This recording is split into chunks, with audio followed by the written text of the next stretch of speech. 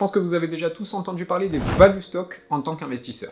Et vous avez probablement entendu tout et n'importe quoi à leur sujet. Un coup, on vous dit que les value stocks, c'est les entreprises stables, c'est les entreprises les plus pérennes. On vous dit que c'est les entreprises les moins risquées. On vous dit que ce sont des entreprises défensives. Et de l'autre côté, on vous présente des stratégies value qui sont censées surperformer le marché. On vous parle de Warren Buffett. Bref, on entend tout et n'importe quoi sur ce type d'entreprise. Pour la définition de ce que c'est que les value stocks, si on devait diviser les actions en deux grandes catégories, on aurait d'un côté ce qu'on appelle les gros stocks et de l'autre côté ce qu'on appelle les value stocks. Les value stocks, ça va être toutes les valeurs sur le marché qui vont être échangées à un prix relativement faible par rapport à leur valeur fondamentale.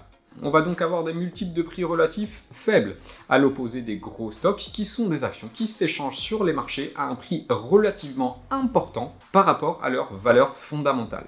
Les études nous montrent que ce qu'on va retrouver essentiellement dans ces value stocks, c'est des entreprises qui sont déjà bien avancées en termes de cycle de vie. On est sur des entreprises qui sont généralement fortement endettées, sur lesquelles on a généralement une incertitude sur les revenus futurs qui est relativement forte. Elles se caractérisent par des operating costs relativement importants. On est généralement face à des entreprises qui ont une difficulté plus importante à évoluer si nécessaire.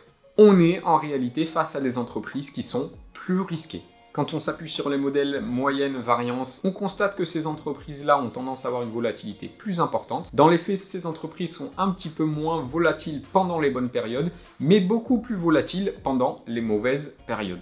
D'un point de vue de la finance comportementale, on observe toujours une prime de risque qui s'explique cette fois-ci par le fait qu'on va avoir un suroptimisme, notamment sur les gros stocks, et un pessimisme plus important sur les value stocks. Ces entreprises-là, elles offrent finalement une source indépendante de risque qui peut être bénéfique dans le cadre d'une diversification de portefeuille. On a effectivement une prime de risque value supplémentaire à la prime de risque de marché. En ce qui concerne cette prime de risque value, si on regarde un petit peu les études à ce sujet, il faut absolument qu'on regarde les travaux qui ont été faits par Fama et French à ce sujet. En 1992, Fama et French sortent une évolution du Capital Asset Pricing Model, le modèle à 3 facteurs, qui va mettre en évidence la prime value. En tant qu'investisseur, pour accepter cette prise de risque supplémentaire à s'exposer aux entreprises value, il faut que derrière, il y ait un potentiel de performance supplémentaire.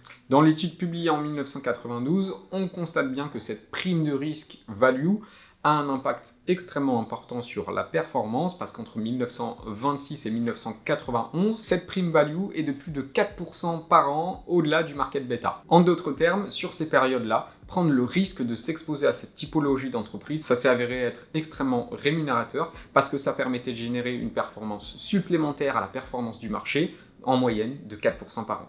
Maintenant, ce qui concerne cette prime value entre la période de 1991 jusqu'à maintenant, ça n'a pas été la même chose, notamment aux États-Unis. Ce qu'il faut bien comprendre avec la notion de prime de risque, c'est que cette prise de risque supplémentaire que vous pouvez prendre en tant qu'investisseur, elle ne va pas s'avérer gagnante dans 100% des cas. Il va forcément exister des périodes où en s'exposant à cette typologie de risque, vous allez avoir un retour négatif sur la performance. Si vous regardez sur plusieurs années la prime de risque de marché, il y a eu plusieurs décennies où cette prime de risque de marché a été négative. Il y a des périodes où en s'exposant au marché des actions, vous n'allez pas forcément être capable de générer une surperformance par rapport au marché obligataire. Donc maintenant, qu'est-ce qu'on fait de tout ça? Vous avez des entreprises value qui sont finalement plus risquées, mais qui sur du très long terme, potentiellement, permettent de générer de la performance supplémentaire. Vous prenez du risque supplémentaire en contrepartie de potentiellement avoir un rendement supplémentaire. Mon approche, si je devais un petit peu favoriser, avoir un tilt un petit peu plus important sur les actions value dans le cadre de mon portefeuille, je partirais de toute façon d'une base de portefeuille de marché,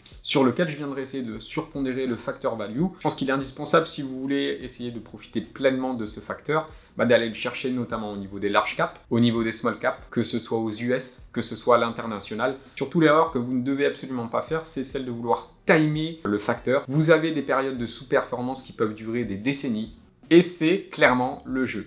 Ce qui peut se passer, c'est qu'à partir du moment où vous allez surpondérer ces valeurs value, si à un moment donné, vous sous-performez le marché pendant 2, 3, 4, 5 ans, vous allez peut-être être tenté de revenir à un portefeuille de marché, de liquider vos value stocks et potentiellement de louper les périodes où finalement les value stocks vont avoir un impact positif sur la performance. Vous ne pouvez pas de toute façon timer l'utilisation de ces facteurs de risque. À partir du moment où vous prenez plus de risques que le marché pour générer plus de performance, vous ne surperformez pas, vous prenez juste plus de risques pour aller chercher plus de performance. Si vous étiez en mesure d'investir dans ces entreprises sans augmenter votre niveau de risque en générant un niveau de performance supplémentaire, vous seriez en train de surperformer, ce qui n'est pas le cas dans ce qu'on vous présente généralement. Je pense que vous comprenez grâce à ça un petit peu mieux à quoi vous vous confrontez quand vous vous positionnez sur ce type d'entreprise. Bref, ça m'a fait super plaisir de vous retrouver et on se rejoint la semaine prochaine pour une prochaine vidéo. Allez, à très bientôt.